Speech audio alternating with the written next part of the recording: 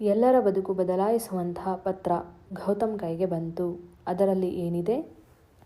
ಅಮೃತಧಾರೆ ಧಾರಾವಾಹಿಯಲ್ಲಿ ಗೌತಮ್, ಭೂಮಿಕಾ ಈಗ ಮಗಳನ್ನು ಹುಡುಕುವ ಯತ್ನದಲ್ಲಿದ್ದಾರೆ. ಇದಕ್ಕೆ ಮಕ್ಕಳು ಕೂಡ ಸಾಥ್ ಕೂಡ ನೀಡುತ್ತಿದ್ದಾರೆ. ಈ ಮಧ್ಯೆ ಗೌತಮ್ಗೆ ಒಂದು ಪತ್ರ ಸಿಕ್ಕಿದೆ. ಗೌತಮ್ ಹಾಗೂ ಭೂಮಿ ತಮ್ಮ ಕೆಲಸಕ್ಕೆ ಬ್ರೇಕ್ ಹಾಕಿ ಅಂದು ಹುಟ್ಟುತ್ತಲೇ ಕಳುವಾದ ಮಗಳನ್ನು ಹುಡುಕುವ ಯತ್ನದಲ್ಲಿದ್ದಾರೆ.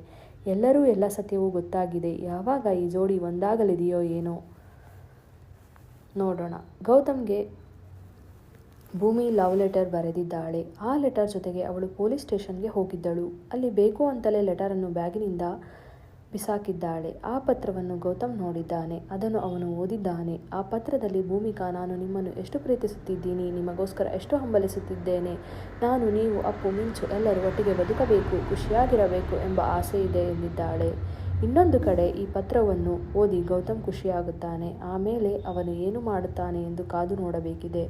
ಇಷ್ಟು ಬೇಗ ಭೂಮಿ ತನ್ನ ಪ್ರೀತಿಯನ್ನು ಗೌತಮ್ಗೆ ಹೇಳಿಕೊಂಡಿದ್ದಾಳೆ. ಹೀಗಾಗಿ ಮುಂದೆ ಏನಾಗಲಿದೆ ಎಂದು ಕಾದು ನೋಡಬೇಕಿದೆ. ಗೌತಮ್ ಈಗ ಭೂಮಿ ಪ್ರೀತಿಯನ್ನು ಒಪ್ಪದೆ ಸತಾಯಿಸುವ ಸಾಧ್ಯತೆ ಕೂಡ ಇದೆ. ಒಟ್ಟಿನಲ್ಲಿ ಮುಂಬರುವ ಎಪಿಸೋಡ್ಗಳು ಭಾರೀ ಕುತೂಹಲದಿಂದ ಕೂಡಿದೆ. ಇನ್ನು ಜಯದೇವ್ ಇವರ ಪ್ರೀತಿಗೆ ಕೊಳ್ಳಿ ಇಡಬಹುದು.